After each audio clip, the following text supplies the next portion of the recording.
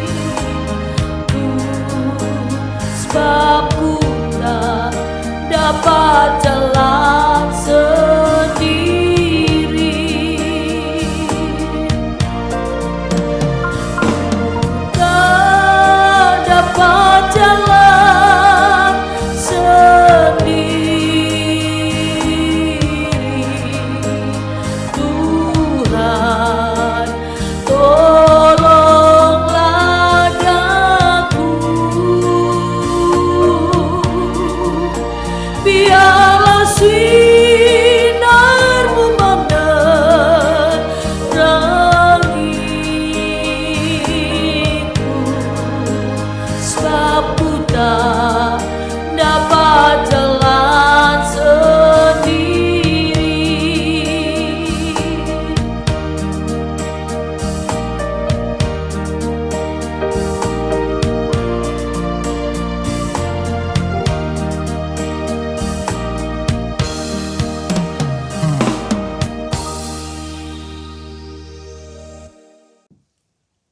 Mari kita berdoa. Allah Bapa yang kami sembah di dalam nama Tuhan Yesus Kristus, kami mengucap syukur kebenaran firman-Mu yang disampaikan. Kiranya kebenaran firman-Mu boleh tertanam dalam tanah hati kami yang subur. Terima kasih Tuhan Yesus. Dalam nama-Mu kami berdoa. Haleluya. Amin. Shalom Bapak Ibu Saudara yang terkasih dalam Tuhan. Hari ini saya ingin menyampaikan tentang kerajaan Allah. Kerajaan Allah bukanlah kerajaan secara lahiriah, tetapi kerajaan secara rohani, di mana Allah memerintah dalam hati umat-Nya. Bagaimana kerajaan Allah itu telah dinyatakan ke dalam dunia ini oleh pribadi Yesus Kristus yang membawa kerajaan Allah ke tengah-tengah dunia. Bagaimana Yesus mengerjakan apa yang menjadi kehendak Allah Bapa, yaitu menghancurkan segala pekerjaan iblis di tengah-tengah dunia. Bagaimana Ia menyembuhkan orang-orang yang sakit, orang-orang yang dirasuk oleh kuasa iblis dibebaskan, dan orang-orang yang mati dibangkitkan oleh Tuhan. Dan bagaimana Dia juga memberi makan 5.000 orang dari 5 roti dan 2 ikan. Dan karyanya yang terbesar adalah ketika Dia harus menebus dosa manusia di atas kayu salib. Dan melalui penebusannya, manusia boleh dibebaskan dari perbudakan dosa. Dan melalui kuasa kebangkitannya, manusia memiliki pengharapan akan kehidupan yang kekal. Bapak Ibu yang terkasih di dalam Tuhan, kerajaan Allah akan menjadi sempurna ketika Kristus datang untuk mendirikan kerajaan 1000 tahun di bumi, di mana Dia akan menjadi raja di atas segala raja, dan Dia akan menjadi Tuhan di atas segala tuan, dan Dia adalah yang hidup untuk selama-lamanya. Bapak Ibu yang terkasih di dalam Tuhan, bagaimana kita bisa menikmati kerajaan Allah itu juga di dalam kehidupan kita. Mari kita simak esensinya dalam kitab Roma pasal 14 ayat 17. Dikatakan demikian. Sebab kerajaan Allah bukanlah soal makanan dan minuman, tetapi soal kebenaran, damai sejahtera, dan sukacita oleh Roh Kudus. Bapak Ibu yang terkasih di dalam Tuhan, esensi kerajaan Allah bukanlah soal makanan ataupun minuman, apa yang boleh kita makan ataupun apa yang boleh kita pakai, tetapi soal kebenaran, di mana kebenaran adalah hal yang mutlak ada di dalam kerajaan Allah. Bagaimana Allah sendiri yang memberikan kebenaran itu. Kebenaran Allah bersifat mutlak atau absolut, tidak dapat dibantah. Tetapi kebenaran manusia adalah bersifat relatif. Dan apa yang menjadi kebenaran Allah yang diberikan kepada kita? Dalam Roma pasal 3 ayat 21 sampai dengan 25a dikatakan demikian. Manusia dibenarkan karena iman, tetapi sekarang tanpa hukum Taurat kebenaran Allah telah dinyatakan, seperti disaksikan dalam kitab Taurat dan kitab-kitab para nabi, yaitu kebenaran Allah karena iman dalam Yesus Kristus bagi semua orang yang percaya. Bapak Ibu yang terkasih di dalam Tuhan, oleh karena iman kepada Kristus, itu adalah kebenaran yang Allah berikan kepada manusia. Bapak Ibu yang terkasih di dalam Tuhan, mengapa demikian? Dikatakan dalam ayat 23, karena semua orang telah berbuat dosa dan telah kehilangan kemuliaan Allah, dan oleh karena kasih karunia telah dibenarkan dengan cuma-cuma karena penebusan dalam Kristus Yesus. Kristus Yesus telah ditentukan Allah menjadi jalan pendamaian karena iman dalam darahnya. Bapak Ibu yang terkasih di dalam Tuhan, apa yang menjadi kebenaran yang diberikan oleh Allah kepada manusia, yaitu melalui iman di dalam penebusan di dalam Kristus Yesus. Tidak ada satupun pengampunan dosa tanpa penumpahan darah. Bagaimana darah yang kudus itu harus dicurahkan bagi manusia. Dikatakan kalau darah binatang, dia hanya menyucikan secara lahiriah, Binatang tidak memiliki roh, tetapi manusia memiliki roh. Maka apa yang dilakukan sesungguhnya tidak setara dengan penebusannya. Bagaimana pula dengan darah manusia yang lain? Darah manusia lain tercemar oleh virus dosa. Bagaimana ketika manusia pertama Adam dan Hawa telah berbuat dosa, dikatakan semua keturunan umat manusia juga terbawa jatuh ke dalam dosa. Dan tidak ada satupun yang layak untuk menebusnya. Lalu satu-satunya darah yang layak adalah darah Allah sendiri. Tetapi Allah itu roh, maka dia mengutus sang firman Allah yang ada bersama-sama dengan Allah, dan dia adalah Allah itu sendiri. Dia turun ke dalam dunia untuk menjadi manusia. Sang firman harus menjadi manusia, yaitu Yesus Kristus, yang disebut sebagai anak Allah yang maha tinggi. Bagaimana melalui pengorbanan Kristus di atas kayu salib, melalui penebusan darah Yesus itu, manusia menerima kebenaran, di mana dia dibenarkan di hadapan Allah. Dia mengalami pengampunan dosa dan pembenaran di hadapan Allah oleh karena iman kepada pribadi Tuhan Yesus Kristus. Ketika kita sungguh-sungguh mau menerima kerajaan Allah itu di dalam hidup kita, kita harus mengalami kelahiran baru. Kelahiran baru ini hanya dapat dikerjakan oleh Roh Kudus. Lalu bagaimana caranya? Ketika kita percaya, ketika kita bertobat, meminta pengampunan dosa dari Tuhan Yesus Kristus, kita menjadikan Tuhan Yesus sebagai Tuhan dan Juru Selamat kita. Sesungguhnya oleh darahnya yang adalah roh yang kekal, itu yang adalah roh yang kekal, membawa Roh Kudus masuk ke dalam kehidupan kita. Darahnya yang adalah roh yang kekal itu akan menghidupkan kembali roh kita yang mati, sehingga kita menerima kehidupan yang baru di dalam Dia. Dan kehidupan yang baru di dalam Dia inilah yang melayakkan kita untuk masuk ke dalam kerajaan Allah, dan di mana kerajaan Allah juga mendiami kehidupan kita.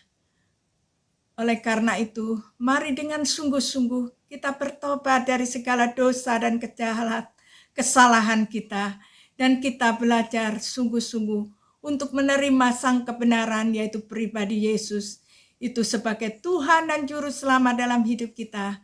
Maka kita dilayakkan untuk masuk ke dalam kerajaan Allah. Inilah esensi hakikat yang pertama daripada kerajaan Allah. Lalu apa yang menjadi esensi hakikat yang kedua daripada kerajaan Allah? Yang kedua adalah soal damai sejahtera. Bagaimana damai sejahtera ini? Adalah damai sejahtera dengan Allah yang diberikan bagi kita. Dalam Roma 5 ayat pertama dikatakan hasil pembenaran. Sebab itu kita yang dibenarkan karena iman, kita hidup dalam damai sejahtera dengan Allah oleh karena Tuhan kita Yesus Kristus. Melalui apa yang dikerjakan Yesus di atas kayu salib, ketika kita menerima kebenaran itu, dikatakan kita hidup dalam damai sejahtera dengan Allah. Kita tidak lagi menjadi orang-orang yang dimurkai oleh Allah, tetapi kita diangkat menjadi anak-anaknya. Bapak Ibu yang terkasih di dalam Tuhan, bagaimana Allah sudah memberikan dirinya diperdamaikan dengan kita oleh darah anaknya, yaitu Yesus Kristus. Oleh karena itu kita harus bersyukur, kita harus menerima Sang Raja Damai itu dalam hidup kita. Bagaimana Sang Raja Damai itu memberikan damai sejahtera di dalam hidup kita. Damai sejahtera yang diberikan Kristus tidak sama dengan damai sejahtera yang diberikan oleh dunia. Dunia memberikan damai sejahtera yang bersifat sementara. Kalau ada sesuatu, maka ada damai. Kalau tidak, maka kita hidup di dalam ketakutan dan stres yang luar biasa. Tetapi ketika Sang Raja Damai yang adalah Raja dari kerajaan Allah itu diam di dalam kita, ada damai sejahtera di dalam kehidupan kita. Walaupun keadaan mungkin sukar maupun susah, tetapi di sana ada damai sejahtera yang Tuhan kerjakan. Bagaimana Yesus Sang Raja Damai ketika dia berada di Danau Tiberias, angin ribut mengamuk dan Yesus tertidur di belakang perahu. Dan disitulah di belakang buritan perahu, disitulah murid-muridnya membangunkan Yesus. Dan Yesus bangun dan menghardik badai itu. Dan badai pun dikatakan reda. Bagaimana dalam kehidupan kita sebagai anak-anak Tuhan. Mungkin ada badai-badai dalam kehidupan kita. Mungkin ada sakit penyakit. Mungkin ada banyak perkara. Mungkin kesusahan di dalam hal ekonomi dan sebagainya. Mari sungguh-sungguh berseru kepada Tuhan. Sang Raja dari kerajaan Allah itu. Maka dia akan tolong kita. Dia akan menghardik badai-badai dalam kehidupan kita. Inilah esensi yang kedua dari kerajaan Allah. Lalu apa yang menjadi esensi ketiga daripada kerajaan Allah? Adalah sukacita oleh Roh Kudus. Bagaimana sukacita yang dikerjakan oleh Roh Kudus? Itu adalah esensi daripada kerajaan Allah. Ketika kita hidup dalam damai sejahtera dengan Allah, ada sukacita damai sejahtera dalam hidup kita. Di situ ada sukacita yang mengalir dari Roh Kudus. Di dalam Yohanes pasal 7 ayat 38 sampai 39a dikatakan, barang siapa percaya kepadaku, seperti yang dikatakan oleh kitab suci, dari dalam hatinya akan mengalir aliran-aliran air hidup. Yang dimaksudkannya ialah roh yang akan diterima oleh mereka yang percaya kepadanya. Ketika kita percaya kepada pribadi Tuhan Yesus Kristus, dari dalam hati kita akan timbul aliran-aliran air hidup yang adalah Roh Kudus itu mengalirkan aliran-aliran sukacitanya dalam hidup kita. Dan Roh Kudus yang masuk ke dalam hidup kita akan memberikan buahnya dalam hidup kita. Salah satu buah daripada Roh Kudus adalah sukacita. Bagaimana di tengah keadaan yang sukar sekalipun, tetap mengalami sukacita dari Tuhan itu dalam hidup. Kita bisa belajar dari kehidupan Rasul Paulus. Bagaimana Rasul Paulus ini ketika dia menyembuhkan hamba perempuan yang dirasuk roh tenung. Dia tidak mendapatkan pujian tetapi malah dimasukkan penjara oleh yang punya budak itu. Karena mereka kehilangan penghasilannya. Saat di dalam penjara Paulus didera, disiksa, tentu hatinya sedih. Tetapi tetap ada sukacita yang dari Roh Kudus mengalir. Yang dikerjakan oleh Roh Kudus mengalir dari hatinya. Sehingga dalam keadaan yang demikian, dia tetap dapat berdoa, dia tetap dapat memuji dan membesarkan nama Tuhan. Dia tetap dapat berseru kepada nama Tuhan. Dan ketika itulah mujizat terjadi. Ada gempa bumi. Dan saat itulah dikatakan sendi-sendi penjara. Pintu-pintu penjara itu terbuka. Dan belenggu Rasul Paulus pun terbuka. Tetapi Paulus tetap ada di sana. Karena dia melihat kepala penjara Filipi itu mengira kalau dia melarikan diri, maka dia akan membunuh dirinya. Saat itulah Paulus menyatakan tentang Kristus kepada kepala penjara itu. Dan kepala penjara ini menerima pribadi Sang Raja Kerajaan Allah itu di dalam hidupnya. Dan hidupnya pun diubahkan oleh Tuhan. Bagaimana di dalam kehidupan kita sebagai anak-anak Tuhan, biarlah kita tetap mengalami sukacita yang daripada Roh Kudus itu. Di tengah keadaan yang sukar, di tengah keadaan mungkin situasi ekonomi yang memburuk, situasi kesehatan, ataupun situasi keadaan sosial, di mana kita tidak bisa lagi saling berdekatan. Di tengah keadaan itu, biarlah kita tetap mengalami sukacita yang dari Tuhan boleh mengalir dalam kehidupan kita. Dan kita dapat membagikan berkat sukacita itu juga kepada orang lain. Dan ketika mereka sungguh-sungguh mengalami sukacita yang dari Tuhan itu, di sana ada mujizat dan kuasa Tuhan yang dinyatakan. Di sana ada pertolongan dan keajaiban yang Tuhan nyatakan. Di sana ada anugerah yang ajaib yang tidak berkesudahan dari Tuhan diberikan kepada kita semua. Inilah 3 esensi daripada kerajaan Allah, yaitu kebenaran, damai sejahtera, dan sukacita oleh Roh Kudus. Biarlah kita semua boleh mengalami kerajaan Allah itu di dalam kehidupan kita. Dan kita boleh dilayakkan untuk masuk ke dalam kerajaannya. Tuhan Yesus memberkati Bapak Ibu yang terkasih dalam Tuhan. Amin.